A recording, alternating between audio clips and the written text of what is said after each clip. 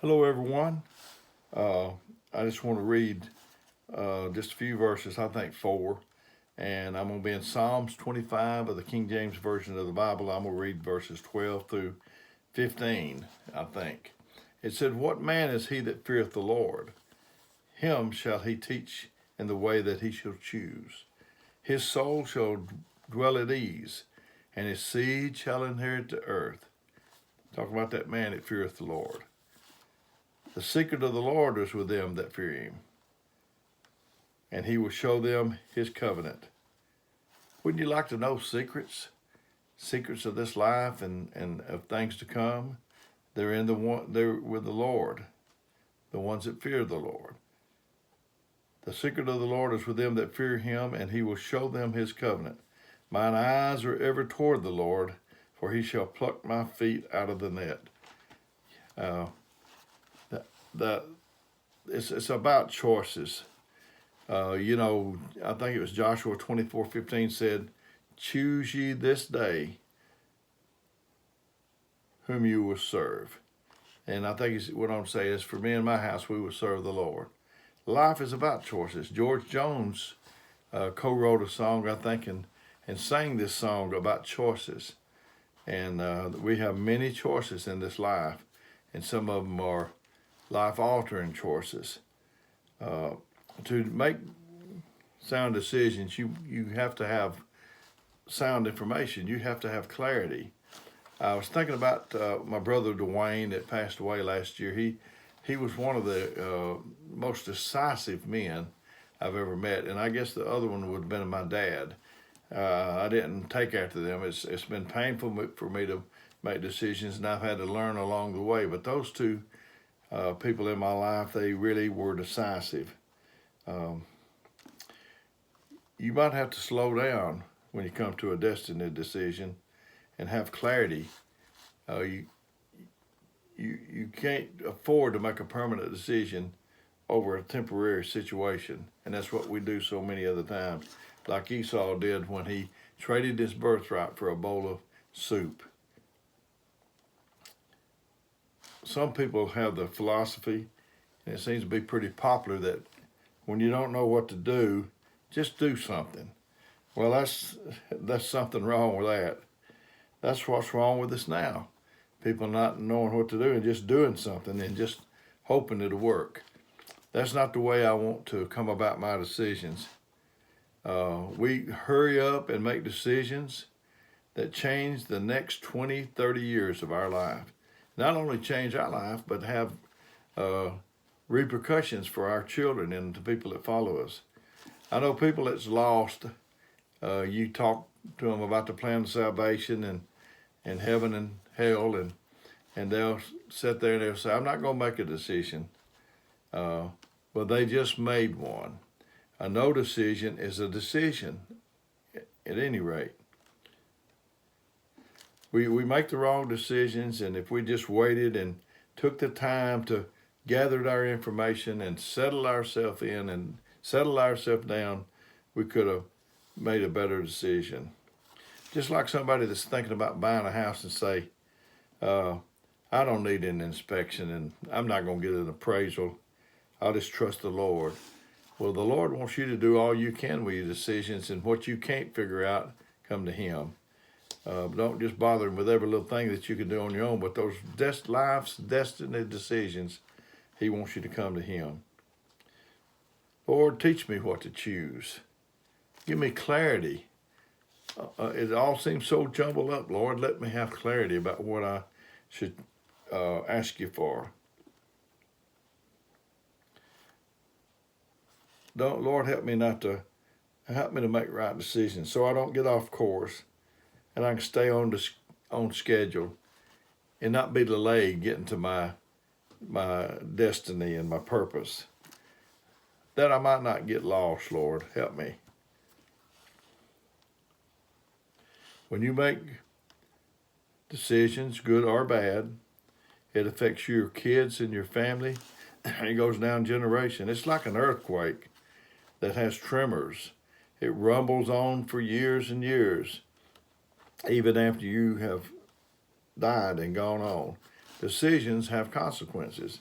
It's the ripple effect. If you throw a rock into a little pond or whatever, it's going to ripple, and it's going to finally get to the other side.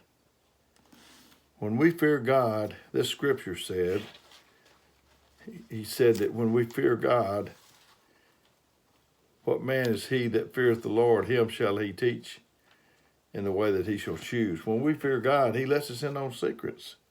He gives us privileged information. And God helps you understand that you couldn't understand on your own. The meek are the ones that's teachable. The people who don't think that they know everything. Man, you cannot hardly teach somebody that thinks they know everything. And I don't want to be that way. I've told you before, I've learned from people that other people just ignored. Children and all kind of people. You know, it's like a GPS. You get in the car and you don't know which way you're going. You're dependent on it, GPS. And you go miles. And the voice, mine's a she, I think, and she don't say nothing for miles. But she will come back on there. You think she never is going to come back on, but she'll come back on there when you make a turn. She don't save nothing just all the time. It's only when you make the turn, and that's the way God is. He's not going to talk to you every minute about everything. It's only when you're going to make those life destiny decisions, those turns. And if God hadn't said anything to you for a while, do like you do with a GPS. Just keep going straight ahead until God tells you something. I knew a man, he was a little comical, and his wife told him, said, I want to go somewhere I've never been before. And he said, have you tried the kitchen? And so I've laughed over that through the years. God don't talk to you all the time. He don't talk to me all the time. Just when you need to make those destiny decisions. You know, the GPS don't talk all the time and say everything about everything. It don't say it's too hot, roll your windows down, or turn that AC on, or it only speaks to our decisions, our turns. That's when it's valuable. And you know, in your whole lifetime, you won't have but just a few destiny decisions. You have a lot of decisions, but those that's going to change the course of your life, your spiritual life, your family's life. So you just don't have a destiny decision every day. Some decisions can't be made through knowledge, which is information, but you have to be made through wisdom, like Solomon, which is revelation. That's the way Solomon guided those two women, the two that slept in the same bed, and one slept on her baby. And they both said it was theirs, and he said, bring me a sword. That wasn't information. There was nothing he could go to find a precedent for that, but that was revelation.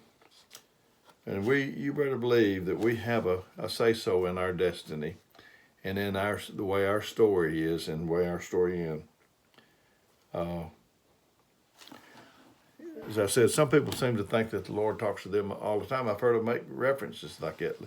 The Lord told me this, and the Lord told me that. Well, he doesn't me. I think he talks to me when I need to know on some of the destiny decisions. I heard a story about somebody that received salvation, and they went a couple of days or so, and they couldn't feel the Lord. They couldn't hear his voice, and this person got up and testified and said, the Lord has been with me all day. And that person said, wow, no wonder I couldn't find him. He was with her all day today. He can be with you and be with me all at the same time. We all have destiny decisions, and we need to hear the voice of the Lord. If you don't think the Lord still speaks to people, you've got to me too late, because I have heard him. When I first started living for the Lord over 43 years ago, when he called me, it's soon be 43 years I've been living for him, but he called me, and I was going down this road, and I came to a four-way stop, and I heard him, He said, I'm not fooling with you anymore. You can come or you can go. I had my wife here and 2 children in the back, and I thought it came through my ear, and I looked at her, and I could tell she did not hear that voice. But I've had him speak to me. It didn't come through here; it come through here. So it takes an humble man. He speaks to humble people, and he speaks to people that have a need to know. You know, sort of like you and your kids. You don't tell them everything until the time they mature and they have a need to know. I've enjoyed this today. I hope you got something out of it, and hope to be back with you soon. And I'm trying to, at this point in time, send out one every morning. And so may the Lord bless you until we see each other very soon.